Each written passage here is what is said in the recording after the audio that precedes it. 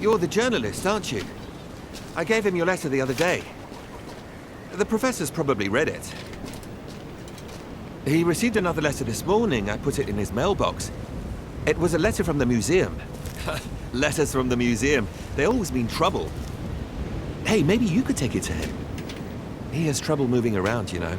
He's an old man. You know what I mean. You want my advice? He should see a doctor. Well, that's what I think anyway. Oh, and have a care. It looks like something fell from your bag over there. Well, then have a nice day.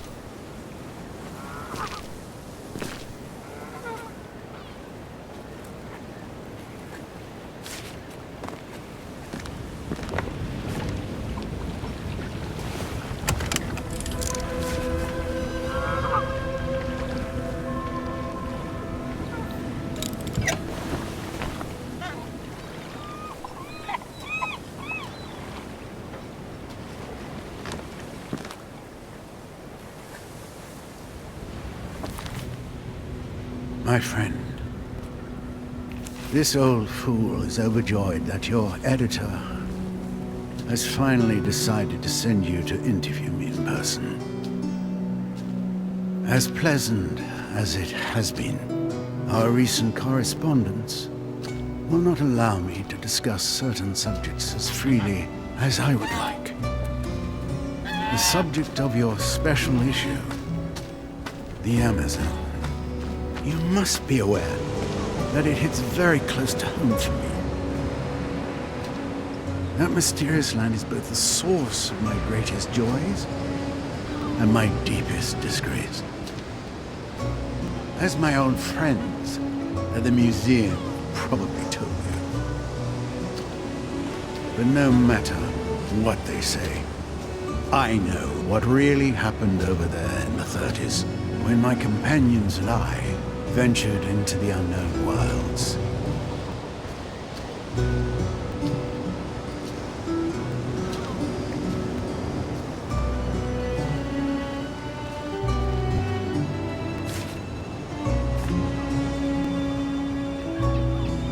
My friends and I, we caused harm. Harm that I am determined to heal today. But I need your help. Not only to finally bring my version of what happened to light, but perhaps to do even more. Time is running out. So, safe travels, my friend. I am quite pleased to welcome you to my humble abode. Signed, Professor Alexandre Valenbois.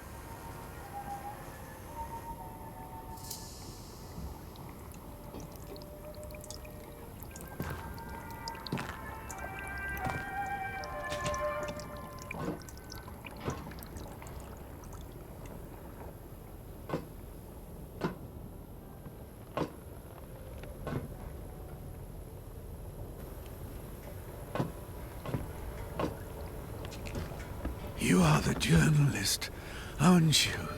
Come. Come.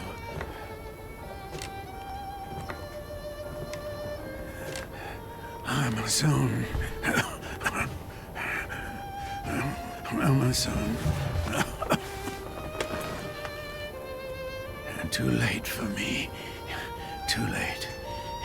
It's all over for me. I'm no longer in good health, my friend. It's a pity, but what can I do? In any case, Amerzone, all that. No one ever believed me. So,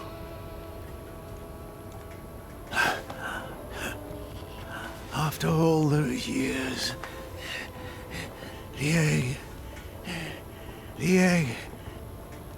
egg is still alive. Alive, yes. I had planned to take it back over there to Amerzone.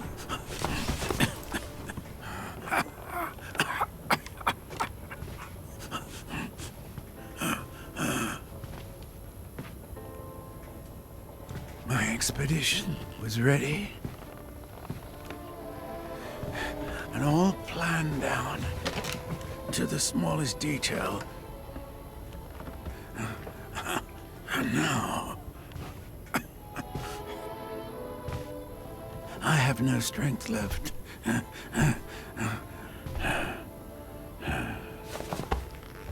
You must go for me.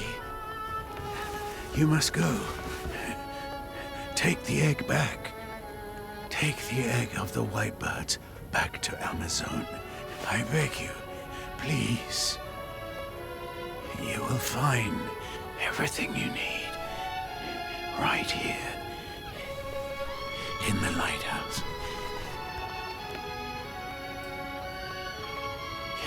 You must go to the basement. Please. You must help.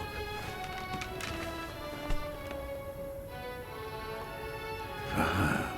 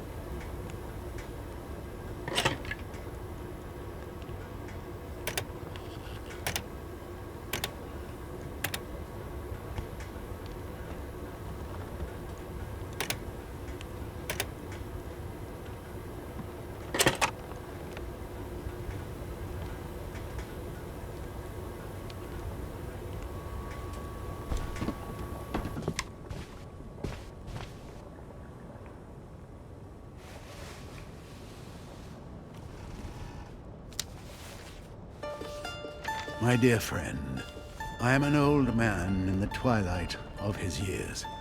I know now that I will never have the strength to set off again to the Amerzone. My only remaining hope resides in convincing you to go in my stead, to make amends for the wrong I have done to that country over 50 years ago. It was in 1929. The university where I was finishing my studies in natural sciences that I first heard of the Amerzone. I befriended a young law student from that country. His name was Antonio Alvarez, and he was later to become the despotic leader that we now know today. He suggested going with me as my guide and interpreter until we got to the last steps of civilization in his country.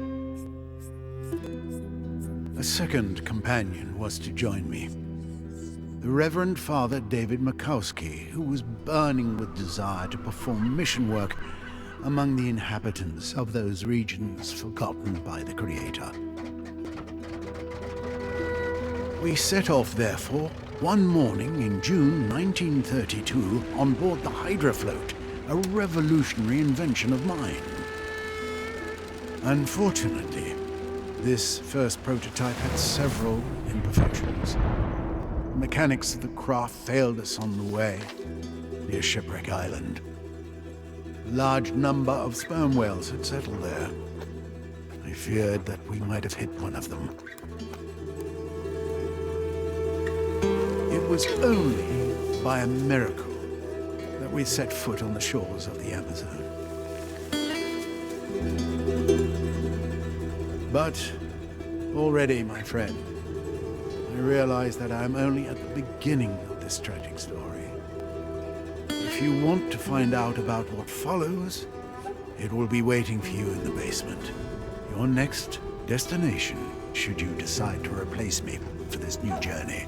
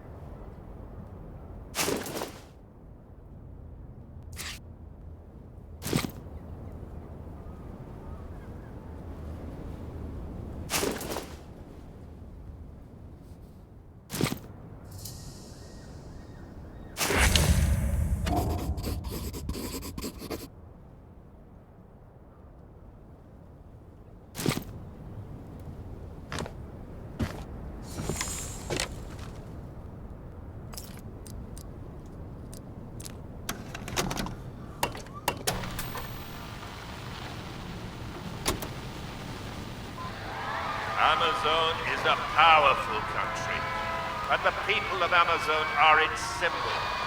I am the father of the Amazonian people, and as this nation among you, long live Amazone! Long live progress! Progress will liberate us, separate us from the romantic nonsense of the 70s. Progress will burst open the door to the modern world so that we, the people of Amerzone, may enter and take our rightful place.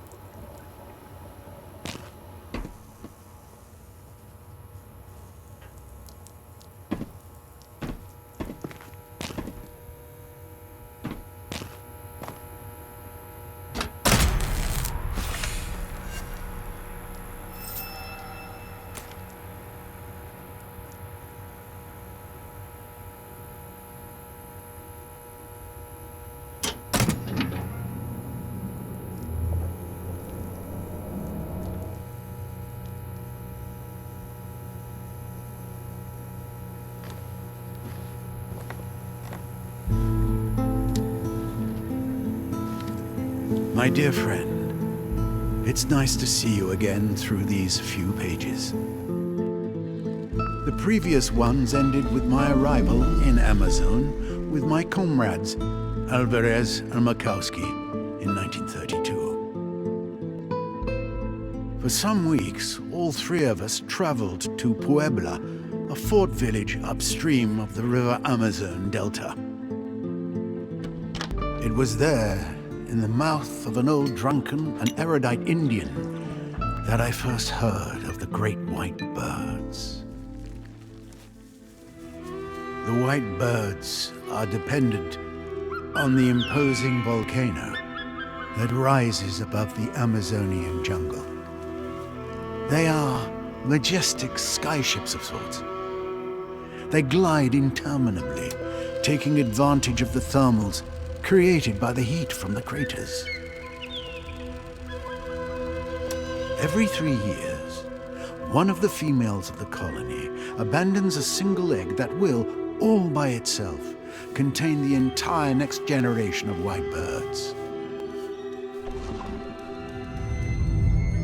But the embryos contained in the egg are subject, it seems, to a brutal alteration in their chromosomes due to the toxic gases that escape the volcano. Left to its own devices, the egg would hatch nasty little black birds with a precarious existence.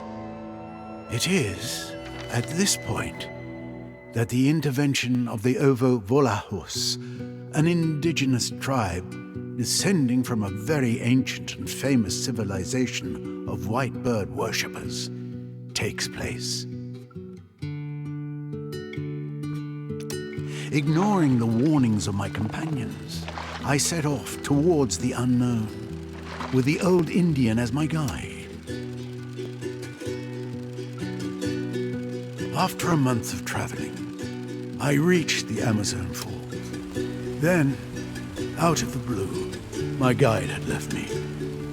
I was starving and had no more strength, totally weakened by a vicious tropical disease. I owe my life to the hospitality of the native tribe living near the bottom of the falls. A young Indian girl patiently lavished on me the care that was necessary for my recovery. To tell the truth, we never left each other after that. Her name was Yekumani. I loved her, and she loved me. And the months that followed were the most beautiful of my long life. But here we are, already approaching the sinister conclusion of this tale, my friend.